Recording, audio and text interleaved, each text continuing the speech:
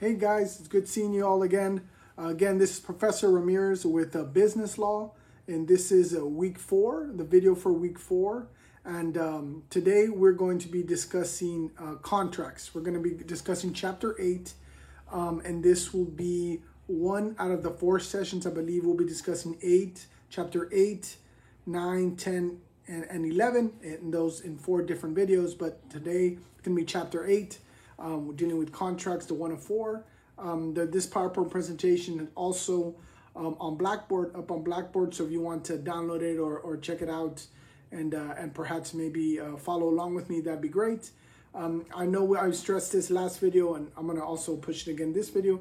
If you guys would read the chapter 8, prior to watching the video and following along, I think everything, all the material and the subject matter that we discussed would be a lot more clear for you guys, and perhaps maybe even stick with you longer, because I think you'll be able to understand more if you put some work into it, if you read it before the video. Okay, well, we can let's start. Let's go on the next slide to learn about some of the chapter objectives. Here we are on slide number 2, the chapter learning objectives. First one we're going to do is we're going to identify the basic definition and the purpose of contracts or agreements. We're going to list the basic elements, the 4 basic elements that make up a valid contract. We're going to distinguish the various ways that contracts can be classified. We're going to list the requirements for a valid offer and explains how those offers, once an offer is made, how those can be terminated by the offeree or the person offering the contract. We're going to articulate the rules for determining when acceptance is effective, and we're going to apply the element of consideration in the context of contract formation. Consideration is one of the elements, basic elements of a valid contract, so we're going to apply those as well. We're also going to differentiate agreements that have have consideration from the agreements that do not have consideration. Now, I know some of you may be thinking, well, what is this professor talking about? We're talking about contracts, but now he's talking about consideration.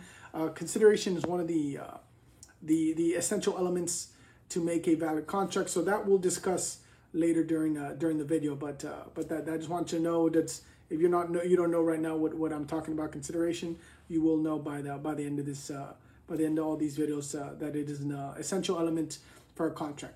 Okay, well, let's go to the next slide.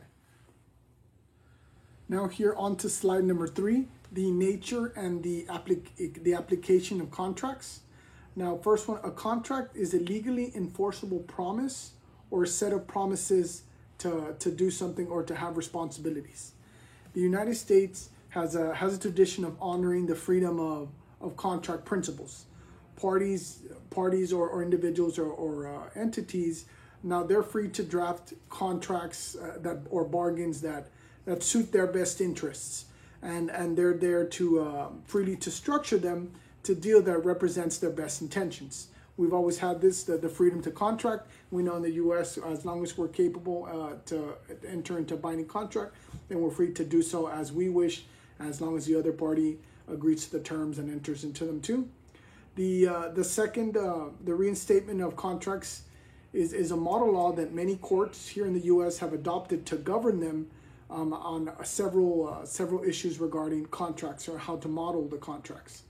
The UCC, which is a Uniform Commercial Code, is a model code for the sale of all types of goods, new or used, and every state essentially has adopted the UCC in whole or in part. Now, value chain activities, which we're going to go over on another slide, but the term is used for different businesses, functions that generate value by having a contract within the industry. Good faith dealing is an ethical concept. It's an underpinning all contracts. The UCC defines it as honesty in fact and the observance of reasonable commercial standards in fair dealing. Now, good faith, honorable good faith dealing, that's generally the intention of parties coming into a contract.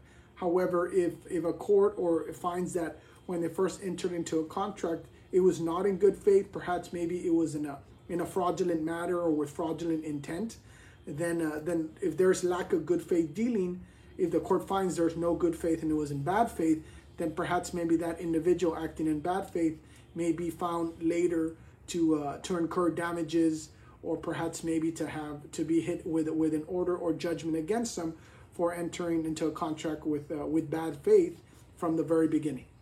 Okay, let's go to the next slide. Now in slide number 4, prior to moving into just the concept of of what makes a valid contract or an agreement, I did want to touch a little bit upon some of the questions or comments that I've been getting. I wanted to touch a little bit about non-compete agreements. One significant area in contract law is, or developing area, an old but still developing area is these non-compete contracts. Now, a non-compete contract is essentially a contract in which one party or one individual agrees to not to compete with another. It mostly means in the form of a non-compete is when, say for instance, an employer hires an employee and they say, you know what, since I hired you, if you ever quit working for me, you can't go work for my competitor for 1 year. You can't go work for them, therefore restricting your right to work for a competitor of your previous employer. That's usually the general concept or the general usage of non-competes. Most states require these agreements to further a legitimate business interest. It has to be legitimate in good faith. It has to be reasonable in length. It can't say, you know what, if you're going to work for me and if you quit, then you can't go work for my competitor for 10 years or any competitor with me for 10 years. That's not going to be very reasonable. It's probably going to be held invalid. It has to be also for a geographic coverage.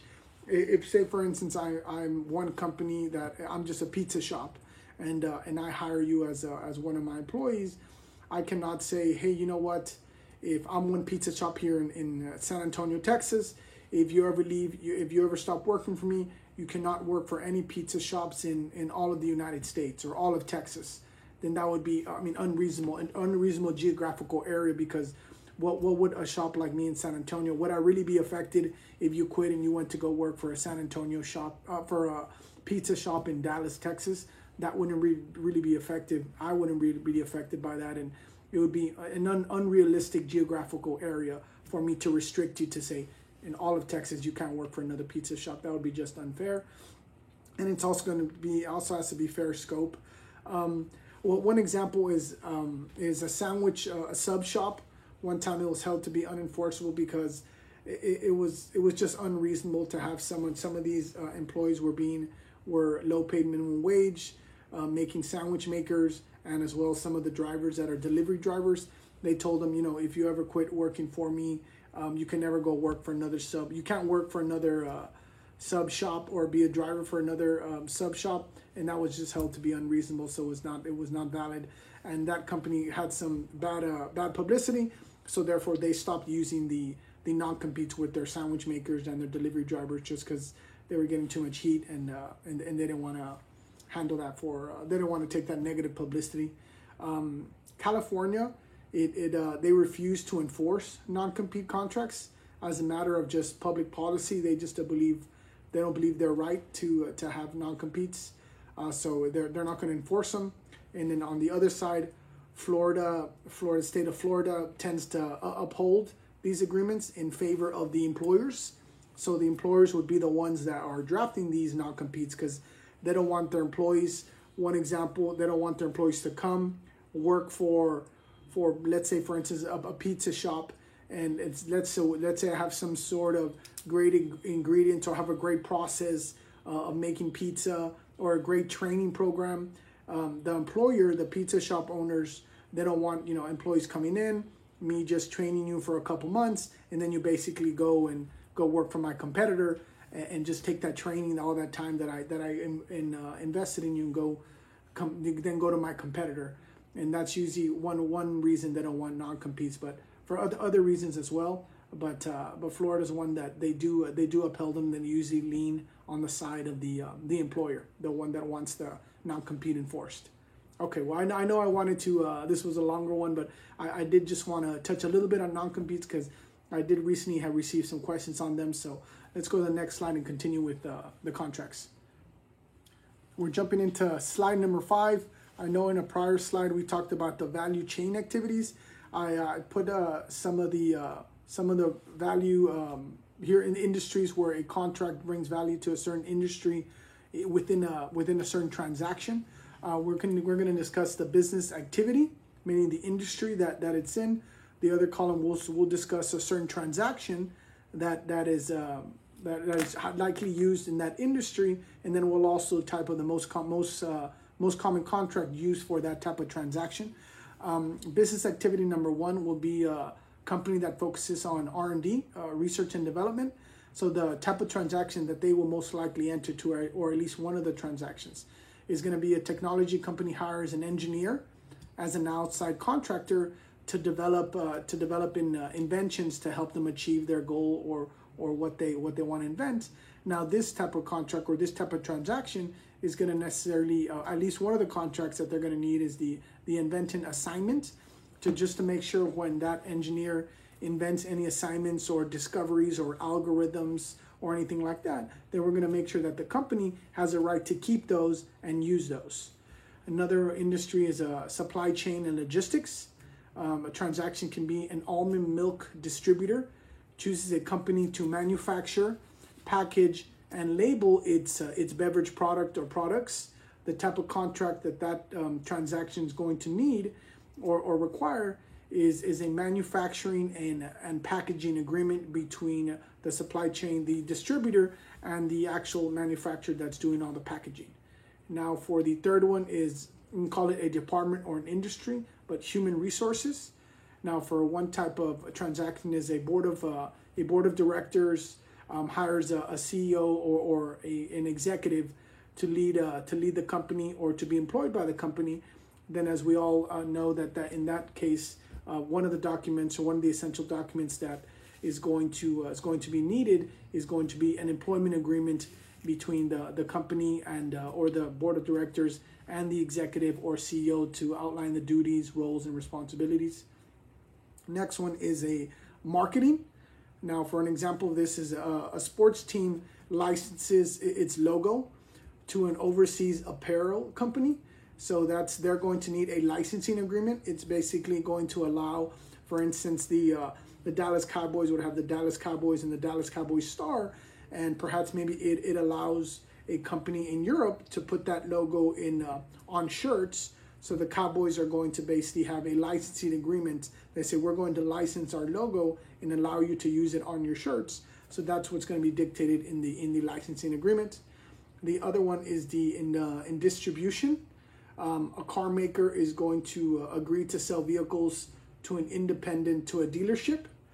In that case, we're going to have a sales and distribution agreement that's going to outline the terms of those sales from between the distributor and the retail center, which is the sales shop or the independent or the dealership. Now, in sales, we're going to have something very, very common transaction is a sales representatives.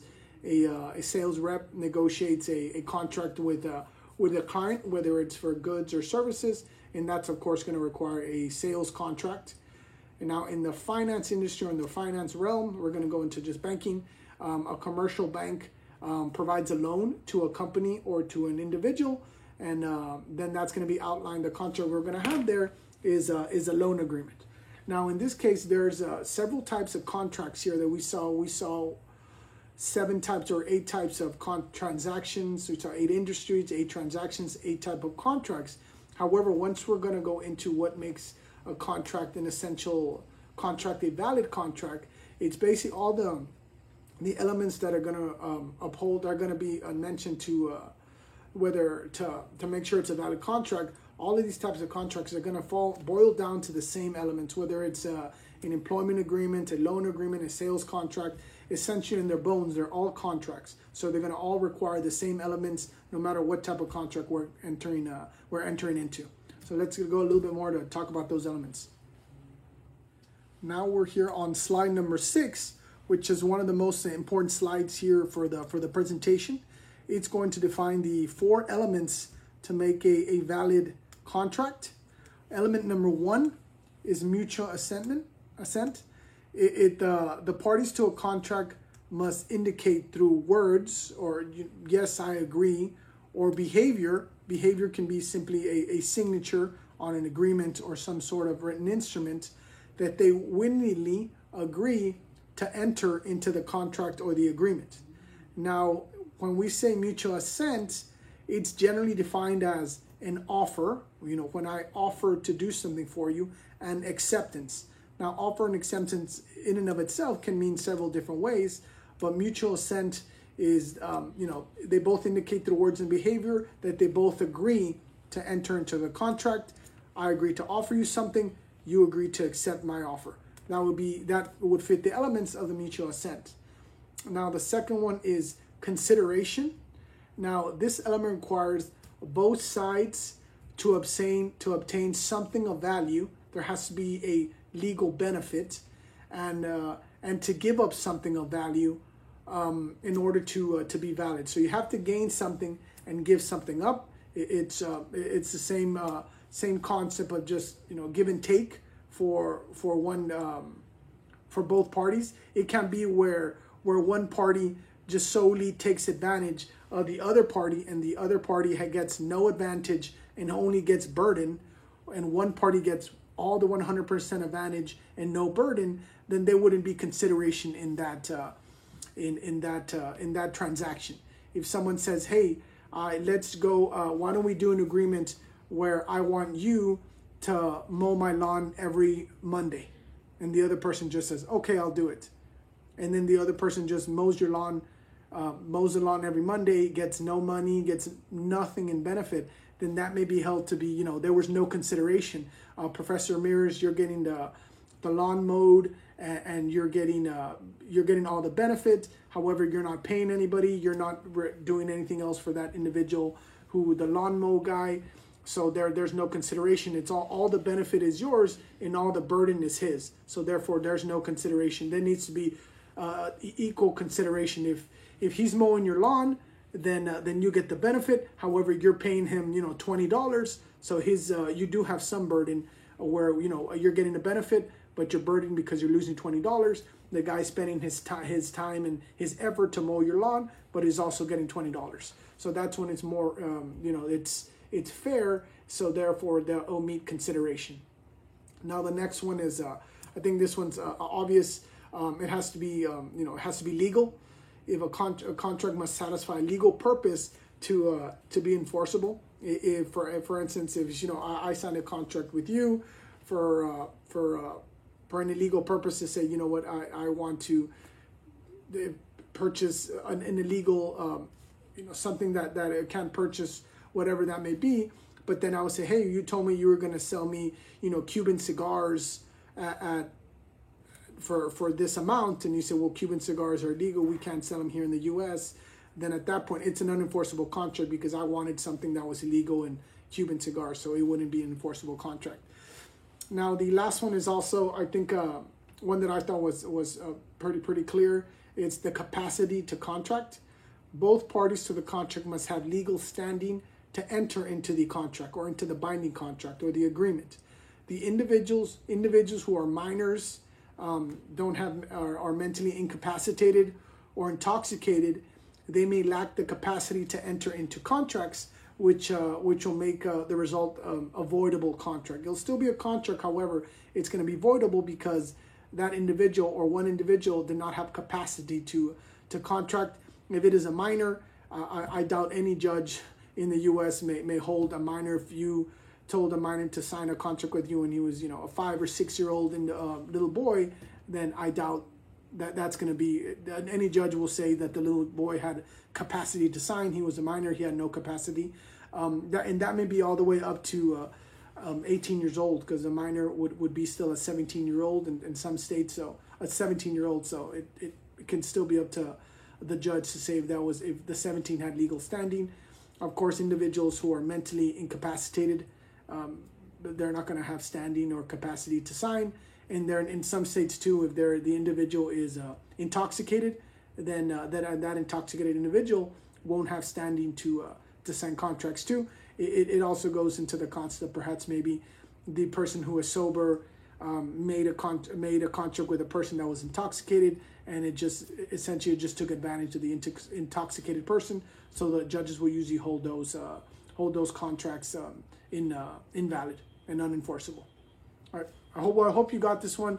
I would urge you and encourage you to stick with this one. Read this one a couple more times just to make sure you really got it. And I think that this would be a great benefit for you guys to understand that these are the essential elements that make a valid contract. Let's go to the next slide. Now, slide number 7, we're going to discuss the status of a contract. First one is a valid contract. Now, a valid contract, this is when a contract has the required elements. They've all been met, and they've all been found to have been met. So therefore, that is a valid contract. Now, next, we're going to go void. When an agreement lacks one of those 4 essential elements, or has not been formed in accordance with the law, then from the beginning, then that contract is considered void. It is not a good contract. It is not a valid contract. Third one is voidable. Now first one is valid, second one is void. Now the third one is voidable. A contract is voidable when the law gives one or two parties the right to cancel an otherwise valid contract under the circumstances. So we have a valid contract. However, if the valid contract allows one party to cancel the contract at any time, then that contract can be a voidable contract. Now, the last one is unenforceable. Although a contract may have all the required elements and be considered a valid contract, it may be unenforceable because one party asserts a legal defense to performing the contract. So it may be if all the elements have been met. However, one of the parties who signed that contract has a legal defense on them performing the contract. Therefore, you have a valid contract. However, it's unenforceable against me because I have a legal defense. So now keep these elements in mind as we move forward, and then we'll discuss them a little bit further, whether it's in the remainder of this PowerPoint or this presentation, as well as the other the next 3 videos, which we're also going to have contracts. So just remember, there's a valid contract, a void contract, a voidable contract, and then the fourth one, an unenforceable contract. Okay, let's move to the next slide. Now we're on slide number 8, the types of contracts. Here we're going to discuss some types. The first one is bilateral. That's going to mean the legal detriment is incurred through the mutual promises that the parties make to each other. So that detriment, it's mutual. It's understood that, if one party is doing one thing, then the other party is going to do the other. For example, I put here a lease or employment. If an individual, a landlord agrees to lease an apartment to you and you agree to pay $500 a month, then that's something that's mutual. It's written. It's the detriment is that person is losing, the landowner is losing the right to use that apartment because they're leasing it to you. And then back, you're losing the $500 every month because that is what you agreed to pay for the right to use that apartment. So that's going to be a bilateral contract. As soon as it starts, both obligations started automatically. You have to pay them $500. He has to let you use the apartments. Now the second one is a unilateral contract. Now here, one party's the detriment, the burden arises from its action or inaction rather than a promise. Now the difference between here is the promise. One party's burden doesn't start immediately. And I put here for a contractor. Say for instance, if a contractor is going to build you a home or remodel your kitchen, now you don't, the contract you entered into at that moment, you're not, the homeowner is not losing anything until an action is done, until the home builder builds you the home, or until the homeowner finishes the remodel, or at any stage to do the work. However, this is a unilateral. I promise to fulfill my obligation of paying you X amount when you finish your job, when you finish building me the house, or when you finish remodeling the kitchen. That is the unilateral, that different from a bilateral. Now the third one is common law. Now these contracts for services or real estate are governed by state common law. Now we discussed in prior videos that one one way to describe common law is judge-made law. So real estate and contract for services are going to be governed by common law, which is judge-made law. For example, employment contracts, rental agreements, and loan agreements, that's going to be all common law, judge-made law, through all the precedents that's happened before, with all the judges have made several decisions on those type of contracts. Now, UCC, sales contracts, those contracts are going to be dealing with the sale of goods, and they're going to be governed by the UCC standards. Now, explicit terms, these are terms defined by the parties, whether orally or in writing, that are right from the get-go, right from the beginning of the agreement. The terms are explicit, outlined, hopefully very clear. For instance, a lease, when you're leasing apartments, the contract, the obligations, the terms, the responsibilities, they're explicit. They're from the get-go. They're signed in your lease agreements. That is different than the implied. This is a lack of explicit contract, lack of that long 20-page contract that you sign.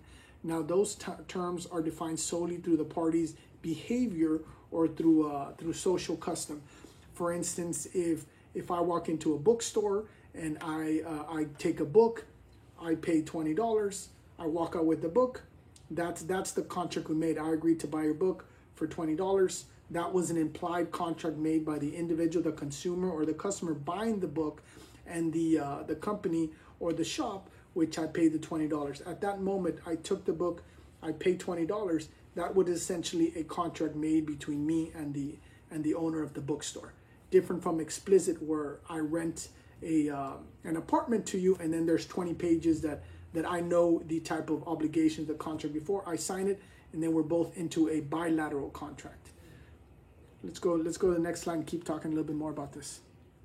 Now here on slide number 9, this is the basic contract structure, or how contracts are usually structured, from the first things mentioned to what's in the middle to what's in the end. And this is some terminology that's used. First, the contracts section is called the preamble. That's going to usually identify the name of the agreement. It's going to have the date and the parties. And now, for those familiar reading contracts, that's usually at the very top. It's very common.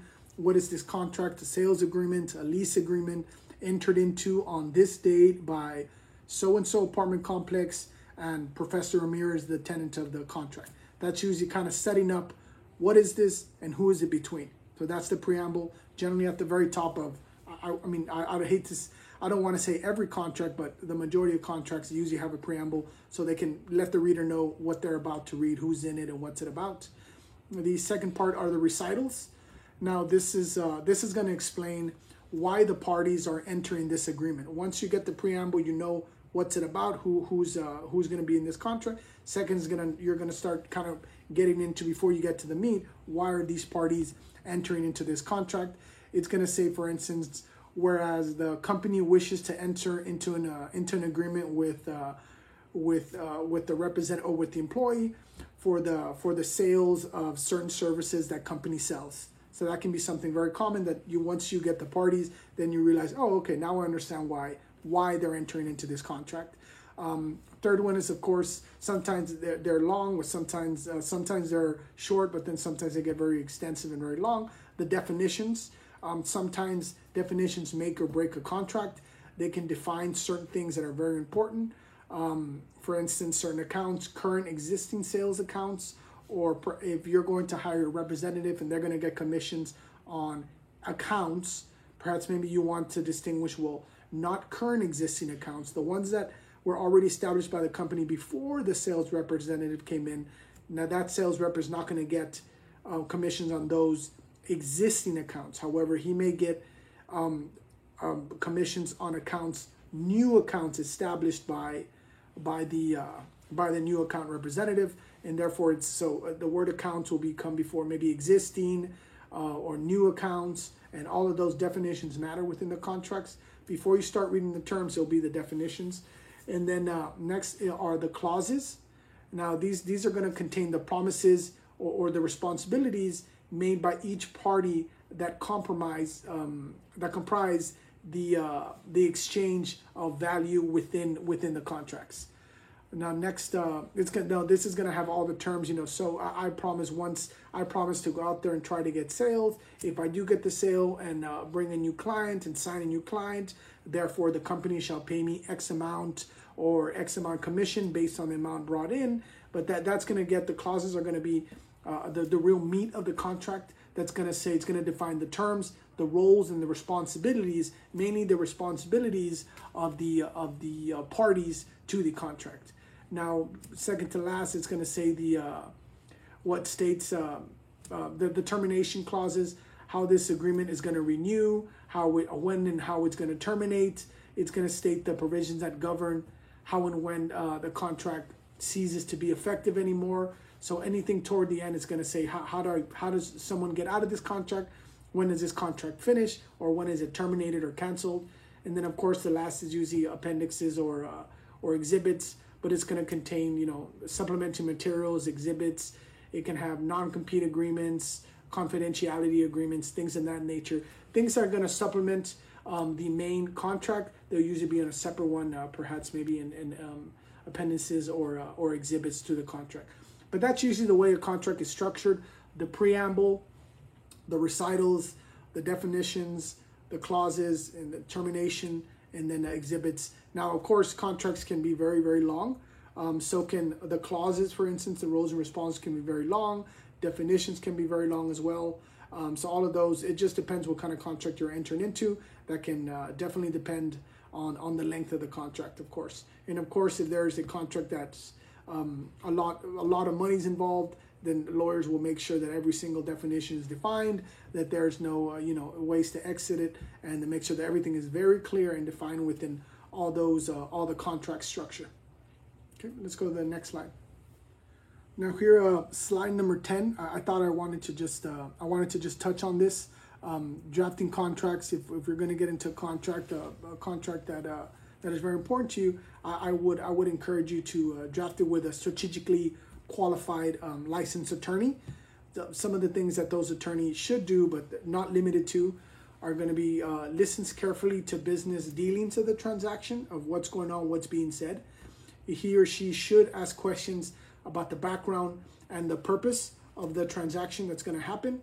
He or she must understand the major risks involved, therefore to try to carve out the risk or the liability, or perhaps maybe push the risk or the liability somewhere else aside from their client. And then they're going to assess the major negotiation points, generally obviously about money and compensation, but however sometimes there's negotiating points that not every party sees. However, a qualified attorney should be able to point out when there's a contract, they say, hey, you know what, maybe we have to pay a little bit more, but if we pay a little bit more, maybe we can negotiate on this, and that may add value. We paid a little bit more, but there's other points that add value within the contract, and a qualified attorney should be able to take out those quality points or those value added points, at least bring them to your attention or to the client's attention.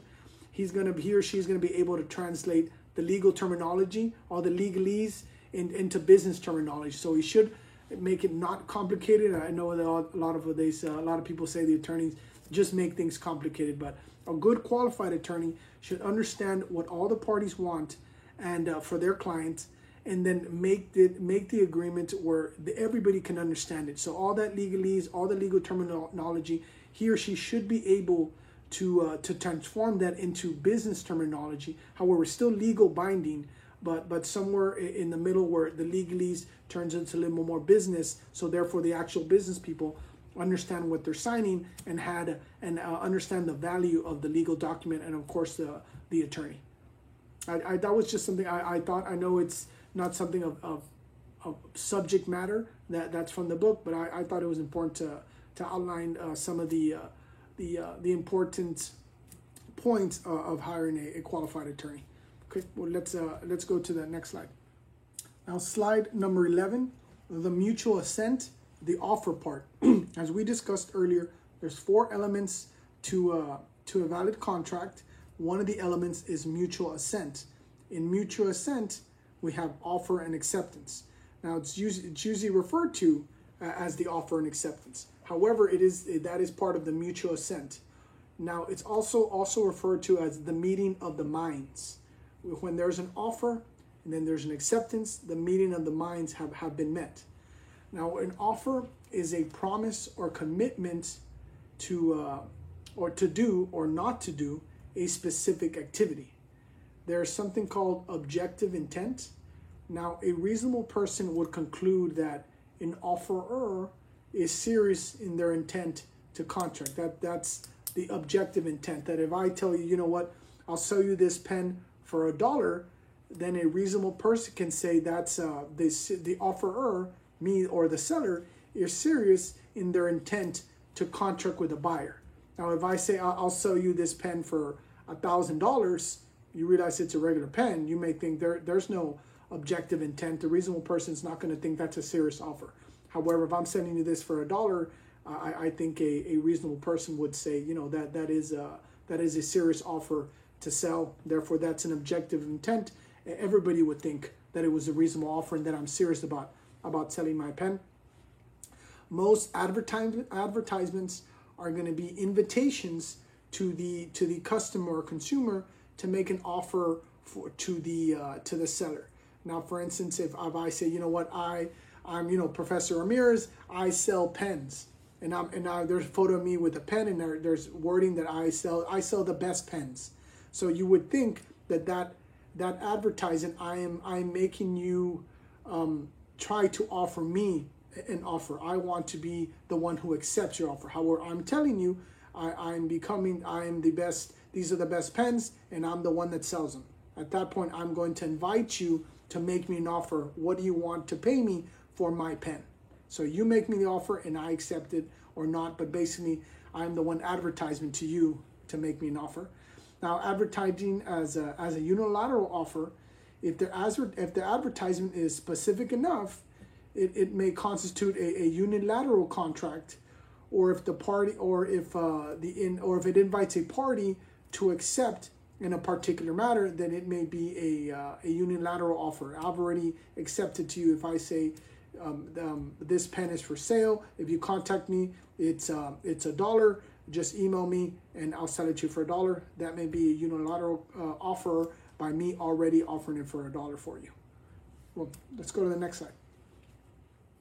Now, jumping on here to slide number 12. In the prior slide, we were discussing an offer. We discussed what an offer was and how to make an offer. Now, this slide is going to be the determination of the offer.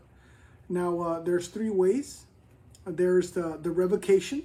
Now, this is an expression or communication by the offerer or the person offering the offer to revoke or withdraw the offer, or an inconsistent act that would give reasonable notice to the offeree that the offer no longer exists.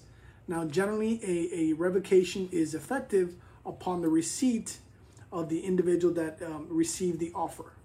A rejection. An offer is terminated when the offeree, the person receiving the offer, rejects it. The mirror image rule requires that an offeree's acceptance, it may not even slightly alter the offer. It has to be the exact. It has to be the acceptance of the exact offer that was originally offered by the offeror. Now, a counter offer. Now, a counter offer terminates the original offer and makes a new offer after there were slight changes to the terms. And that's very common, and perhaps in the sale of real estate, when one person says, you know, I will sell you my property for $100,000. Another one, that's an offer. And if the person that wants to buy it, he comes back and says, you know what, that's a little high. How about I buy it for $95,000? When that counter offer was made of $95,000, that original offer of $100 is no longer on the table. It has been rejected, or implied to be rejected. It was rejected with a new offer of $95,000.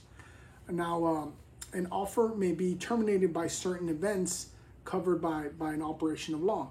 For instance, a lapse of time. If the offeror says, you know what, I will sell you this, I offer to sell you this pen. I'll sell it to you for $1. However, it only lasts 24 hours. So the offeror is in control of that offer, and he put a time limit on that. this pen, I'll sell it to you for $1. But after the 24th hour, on the 25th hour, that offer is automatically terminated and can no longer be legally accepted. Now, of course, the death or incapacitation of the offeror or the offeree. If I'm offering the pen, for instance, I'm going to sell you this pen. You just have to accept it within 24 hours. If within 20 hours I die, then obviously the judge would hold that offer is no longer valid because the offeror passed away. The destruction of the contract subject matter before acceptance. Before acceptance is the key word there. Say, for instance, I'll sell you this pen for $1. However, and I'm going to give you a time limit of 24 hours. Within that 24 hours, I lose it. I can call you and say, hey, you know what? The pen I lost it, or it was run over. As long as I tell you that the pen has been destroyed or the destruction of the pen prior to your acceptance, then that offer is going to be terminated. Now, the fourth one is, of course, if something becomes illegal. This is more, I know I keep using the pen example, but I'll use more of a weapon or a gun example. If for instance, a shop is selling a gun, a weapon, let's say a pistol, and this, I will sell you this pistol for $100, and a guy comes into the shop and says, hey, I saw that pistol on the window. Are you selling that? And the owner of the shop says, yeah, I am selling that. The guy says, okay, you're selling it for $100, and say it's Monday, and he says, okay, I'll accept it. I want that. I'm gonna come back on Sunday to pay you the money, the $100. So it's during that time when I made the offer for the gun for $100. Then during, let's say, for instance, in that time frame, state law passes that the sale of that type of pistol is illegal. Then during that time before he actually came to pay for it, because that's when the offer is accepted, when he actually paid for it. In between that time when I advertised it and when he came to pay for it, in between that time the state made it illegal, then that offer was automatically revoked when that law was passed, and so that individual can come on Sunday and for the $100. However, it says, hey, it's illegal for me to sell you that gun. Sorry, I can't sell it to you anymore. The buyer cannot say, yeah, but you made me the offer. You said on Monday that for $100 you were going to sell me that. And then the owner can say, yeah, but because of operation of law, it made my offer revoked because it became illegal to offer that. So that's one way too. Well, let's jump the termination of offer. There's one other slide. It's going to be a continuing slide. Let's go into that slide 13. Now jumping on to slide number 13. However, 13 is still continuing from slide number 12, the termination of an offer. Now there are circumstances or contracts they're going to be offers that are going to be irrevocable. For instance, option contracts. An offer is irrevocable if it is an option to enter into contract. This holds open the door for a set time. If perhaps someone says, I'm offering you the right to purchase this pen for $1 for the next year, then that's going to leave open the offer for that whole year. Therefore, it is an irrevocable contract for that period of time, or for that amount and that product. The second one is the partial performance or detrimental reliance. If the offeree takes an action that relies on the offer, for example, the offeree begins to perform based on the offer, or if the offeree prepares for the performance prior to acceptance, that's reasonably relying on that offer, these actions may render it irrevocable, meaning that they may hold that offer cannot be taken back. For instance, if I say, tell someone, hey, I know you don't have any equipment, I know you're just starting your business. However, if you're able to, if you have the equipment, I'll pay you. For instance, I have a big farm or a big ranch and I need it mowed. I'll pay you $1,000 if you mow my ranch. And that individual, he says, okay, okay, I'm going to go buy a lawnmower and a truck to pull the lawnmower tools.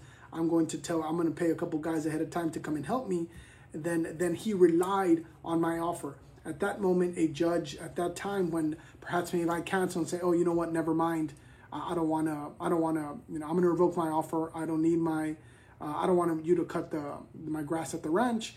Then he may say, yeah, but I I perhaps maybe already bought all this equipment. I bought lawnmowers and all that. Then someone might say he relied on your offer in order for that he went to go do actions. So that may be held, that may hold your offer unvoidable. So it has to stay open. Also a partial performance. If I offer same thing, someone, you know, $1,000 to mow on my ranch, and the next day I see them out there, they're starting to mow the ranch. I don't say anything. I just leave for the day. I come back. They're halfway done mowing my lawn or mowing the ranch. If I say, you know what, hey guys, you never legally accepted my offer. However, partial performance on that offer may hold that offer valid and unrevocable. So partial performance or detrimental basically relying on that offer performing something in order to almost accept it, can both make the offer unvoidable, and therefore the offer still stands. And because of their partial performance or their actions to buy products or to do something, their detriment on that offer may hold that offer valid, and the offeror cannot take it back. Okay, well, let's jump on the next slide. Now moving on to slide number 14, acceptance. As we discussed earlier, there are 4 elements to a contract. Element number 1 is mutual assent. Mutual assent has 2 elements, offer and acceptance. The prior slides we discussed what is an offer and how to terminate an offer. Now we're going to shift our gears to acceptance. Now acceptance is the offeree's expression of an agreement to the terms of the offer, or basically saying, yes, I agree to what you're offering. Now the offerer, the person making the offer, has the power to terminate the contract, modify the contract terms, or prescribe the method of acceptance, the way he or she wants the offer to be accepted, until the offeree is accepted by the offeree. Now there's something called the mailbox rule. Mailbox rule is a contract is considered accepted upon the dispatch of the acceptance when sent in a commercially reasonable manner. So just think about the way it originated, the mailbox. Now someone can say, is the acceptance met when someone puts the envelope in the mailbox, or the couple days that it takes for the offeror to receive the acceptance? With the mailbox rule, it is essentially the acceptance is met when it's inserted in the mailbox. Or say, for instance, in a more commercially reasonable manner is now perhaps maybe email. That email is the acceptance is when the email is sent, when it's put in the mailbox, or not when they receive the letter, or not when they receive the email, but it is when the email is sent, that is when the offer is accepted according to the mailbox rule. However, most offerors, the people making the offer, are not going to accept or put risk in the mailbox rule, so they're going to put a specific method on how their offer can be accepted. Again, the offeror, the person making the offer, has all the power of the offer, because it is their offer. So they will most likely put how acceptance can be made. They will not rely on the mailbox rule. Let's keep going on acceptance on the next slide. Now we're jumping on here to slide number 15. We're still staying on acceptance, but we're going to discuss when acceptance is effective. First, we're going to look at this table. Now, the method used by offeror to make the offer, perhaps maybe number 1, when the offerer makes the offer, he specifies this offer must be accepted to me via email. So in order to accept it, we got to use the method specified by the offerer. So we got to accept it via email, or we got to use a commercially reasonable substitute, some sort of communication that will equal the same way or same method that the offerer said. So perhaps maybe a text said, I got your email, I will accept it. That perhaps maybe a judge may hold that is the same standard, the same reasonably a commercial substitute via text as opposed to the email. And that rule that's going to apply there, when it's effective, the mailbox rule is going to apply. Acceptance is effective upon the dispatch. So either when you sent that email to say I accept, or when you sent a text message that said, I received your offer, I accept your offer. That is when the offer is effective. Now, same thing when the offeror says, this offer, I'm offering you this offer and it must be accepted via email. Send me an email back if you accept it. Now, if you use a slower method, perhaps maybe you accept it and you say, yes, I want to accept it. I'm going to send them a letter via snail mail and says, you know, he received it 3 days later and says, I accept your offer that you emailed me 3 days ago. But in that case, because it was not in the way he said, accept it via email, you didn't do it that way, or you didn't use a like substitute, you didn't text message, electronic, you used a slower method, then that offer is considered rejected. And when he receives your letter in the mail saying, I accept your offer, that is considered a counter offer. That is basically saying, again, say, I want to offer you, even though it's the same terms, I want to offer you what you already offered me. So now the original person that made the offer doesn't have to accept it because it said you didn't respond the way I wanted you, which was email or text message. You sent me a slower method. Therefore, I don't have to accept your acceptance. Now, and again, if the offerer makes you an offer and he doesn't specify how to accept it, then if you use the same manner, say you sent it via email, I want to, my name is Robert, I want to sell you this pen for $1. Please let me know if you want it for $1. And I sent it to you via email. I may give you an email, but I didn't tell you how to accept it. Now, if you use the same method to accept it or something faster, then it's considered accepted. And the same mailbox rule is going to apply. It is accepted and effective the day you email me back, I accept, or the day you send me a text message, I accept. So if you accept in the same method I made you the offer, or in a way that's faster, and it's a reasonable substitute, then that offer is accepted and effective the day or the time that you sent the email. Not when I received the email, but when you send it. Now, if I make you an offer, but it's not specified in the offer how to accept, then and you use a slower method than the offer used to make the offer. Same thing, I offer you, I email you, you want this pen for $1, and I didn't specify how to accept. However, you send me back in the mail, in snail mail, that you accept my offer, then the offer is accepted once, if I didn't revoke it through email again, then it's accepted once I receive the actual letter. So, but however, during that time, I made you an offer and it took you 3 days. You wrote me a letter, you put it in the mail, and it took you 3 days for me to receive it. So during those 3 days, I may have sold it, the product, the pen, it may have become destruct, or all of those things, but you never formally accepted until I received the letter. Not when you sent it, it's when I received it. And that's because I didn't tell you how to accept it, but you used a slower method to accept it. So there is that gap in time that you will risk that the offer is accepted, but not effective until I received your snail mail letter. Let's go to the next slide. Now we're jumping into slide number 16. We knew one of the the 4 elements at first. We talked about offer and acceptance. So there must be offer and acceptance. After offer and acceptance, there must be consideration.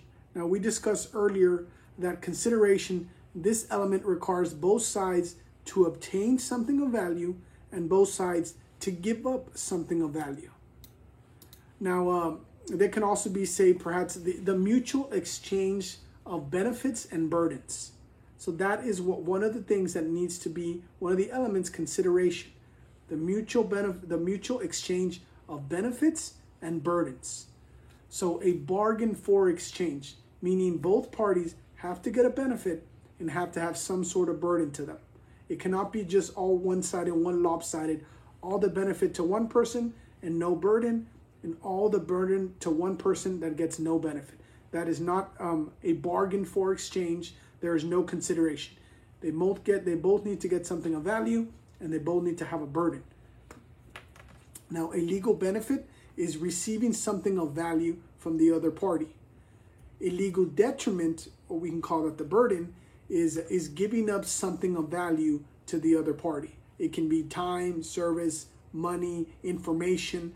As long as there's some sort of value in what you gave up and what you received, then that's going to be enough to have consideration, to met the element of consideration and have a bargain for exchange. It goes more into the notion of just fair dealing. The deal has to be fair. Now, forbearance is the promise of not to do something that you are legally entitled to do. Now, perhaps maybe if your burden is not to do something that you're entitled to do, you're losing that right. So that right is a burden. So that may be part of consideration. Now, amount and type of consideration, the exchange, the value of, that burden is less than the other person's burden, that doesn't necessarily need to be of equal value. And courts will not look at the type of consideration of the bargaining power of the parties. So the judges or the courts are not there to say, let me see if your burden was the same as their burden. Let me see if dollar for dollar, if you got the same value as you got. Now, there may be times when it can be shown that one person had a bigger burden and one person had more value. Perhaps maybe one had better attorneys and they just drafted a better agreement. Or later down the road, one party foresaw something, was able to foresee something that say, oh, you know what, later down the road, I think this may change. Therefore, our real benefit is going to come down the road and they're going to get a huge burden. The parties, the person that had the huge burden cannot say later, oh, Your Honor, well, there wasn't consideration because I didn't get that much value, but I got a lot of detriment. I got a big burden. The judges don't look at that and say, you know what, I'm not here to negotiate your contract again. It was a bad contract that you entered in. Perhaps maybe you're right. There is a lot of burden to you, a lot of detriment and very little value, but there is consideration. You did get some value. However, it's very little, but there is some. So therefore, consideration is met. Now, nominal consideration. Nominal consideration can be the basis for a valid contract, meaning small consideration, nominal consideration. You may have got, like I mentioned earlier, very little value and a lot of burden. That still meets consideration standpoint. You can't cry to the courts and say, you know what, Your Honor, like I said, there's no consideration. There's too much burden and very little value for me. That's just a bad contract that you entered. It's not an invalid contract. It's just a bad deal. But just because it's a bad deal doesn't entitle you the right to get out of the contract. So therefore, consideration is still met on bad deals. Let's go to the next slide and talk about this a little bit more. And we're jumping into slide 17. We just talked about the second element, consideration, and how to meet the consideration element.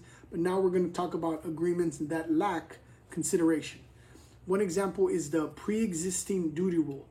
If a party does or promises to do what he or she is already obligated to do, the law generally does not recognize this as a legal detriment, and thus the contract is unenforceable.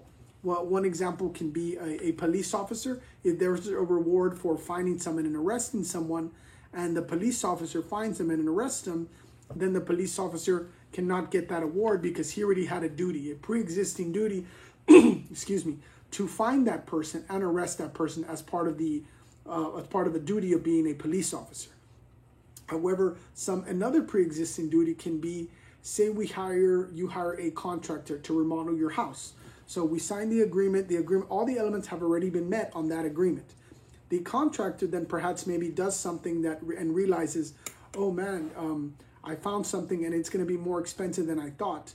So your contractor says, hey, we signed a contract, but I pulled something and behind the wall is something that I saw that I'm going to have to do more work. Therefore, it's going to cost me more. We have to renegotiate. I'm going to have to charge you another $1,000 for me to do this remodel. And you reluctantly, you have no choice. You have to agree in order for him to complete it. Then at that point, there was no consideration because he already had a pre-existing duty. There was an already agreement that he was already bound to complete that work. You didn't get any more benefit from it because you already had that benefit. So they'll say that new contract, which he just kind of forced you into it, then he already had a pre-existing duty to fulfill that. So therefore, that new contract, that new contract or agreement that you entered into is voidable by you, the homeowner. Now, the second one is illusory promises. These are, for examples, deathbed promises made to comfort the dying, in promises of a gift, promises of love and friendship. I promise to love you and be your friend forever. And then promises in general that that by their terms are non-binding. Those are going to be lack consideration. Now, another one is past consideration, a promise made in return for a detriment or an agreement already made by the parties.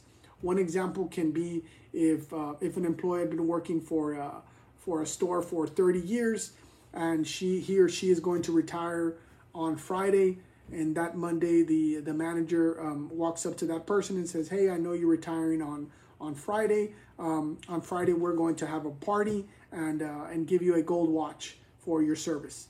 And Friday comes around, the manager says, "Oh, sorry, we didn't have time to plan the party, and we weren't able to fit in that watch on our budget. We can't get it for you." Then that is also not going to have no consideration, because it is a promise for a detriment previously made by another promise, by just basing an employment agreement. Hey, that work that you did, that service, there was already agreement for me to pay you for that. Therefore, that fulfillment was already done. I just gave you a new maybe it was more of a gift that I was going to give you, a party and the gold watch or whatever the person promised. Then at that point, no, it wouldn't be consideration, because there was it can't be for something already done in the past and already paid for in the past. Okay, let's go to the next slide. Now we're on slide 18, which is the last slide for this presentation, at least the last subject matter slide. We're going to discuss promissory estoppel. Now, if one party justifiably relies on the promise of another to his or her detriment, under certain circumstances, the relying party may recover cost of that relying on that promise from the promisor, even though the original promise agreement lacked consideration. Under the theory of promissory estoppel, a relying party, the person relying on the promise, may recover damages, basically monetary or money, if the promisor makes a promise first that is reasonable. The promise actually relied on the promise and suffered an injury or suffered damages, basically money. The promisee's reliance was reasonably foreseeable. Basically, the person who made the promise or the offer, he could foresee that person receiving it was going to do something that perhaps maybe burdened that person based on the promise. Now, the principles of equity and justice are served basically by providing compensation on the relying party. Now, when a judge is confronted with this is basically goes basically to the line of fairness. Is it fair? Did the person make a reasonable offer? Could the person making the offer reasonably foresee, like, yeah, that person is going to go buy a lawnmower, and because I promised to pay him $100 if he wanted to mow my lawn, and the judge says, he did buy that, therefore you do have to pay him back for any damages or injury, basically for the money that he paid to buy that lawnmower or any equipment or anything like that. Okay, well, let's just finish up and let's go to this next slide. All right, well, thank you guys. You made it through this video again, week 4. We were discussing chapter 8. Thanks a lot for being with me again. I hope you enjoyed the video and the material that we covered. Next week we are on week 5 next week, and we're going to discuss chapter 9, which is a continuation of contracts. Again, today was week 4. And we discussed contracts. However, we're going to be discussing contracts for the next 3 videos. So there are going to be 4 videos in total discussing contracts. Again, this is business law. A large majority of business law is contracts. So we will still have the next 3 videos covering contracts or continuing with contracts. All right. Well, thank you very much, guys. Thank you for being with me. I hope you enjoyed the video and the content. I look forward to seeing you next video. Thank you.